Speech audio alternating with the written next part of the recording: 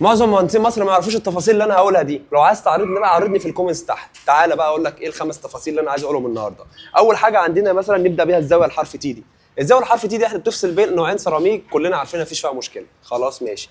الحاجه الثانيه عندك بقى وزره الشادو جاب. بص كده الوزره الهيدن طلع الفينش بتاعها مظبوط، لازم تحط لها الوزره الشادو جاب دي فوق الوزره. لو انت عارفها ماشي مفيش مشكله. بص بقى اللي انت ما تعرفوش، ده ان في هنا عندنا زاويه دلوقتي بنحطها بديل للستاير، عشان الستاير تبقى هيدن معاك وتبقى ماشيه زي ما انت شايف كده. لا بيت ستاره بقى، انت وفرت زاويه ووفرت مرايه ووفرت بطنيه ووفرت دهان ووفرت كل التفاصيل دي وخليت الشكل شيك قوي. الستاره تبقى نازله من الحيطه دايركت على طول، وانا متاكد ان محدش يعرف الكلام الزاويه دي كتير.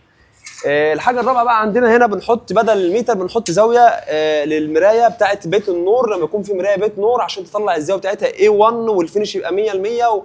وعايز اقول لكم العملاء اصلا بتجي لنا كمهندسين عشان التفاصيل دي. يعني العميل يقدر يجيب نقاش ويشغله، لكن العميل للاسف عشان مش شغله مش هيعرف يوصل للتفاصيل اللي احنا بنتكلم فيها دي. فالزاويه دي بتغنيك عن الميتر وتغنيك عن المرايه اللي هي مرايه الجبسون بورد.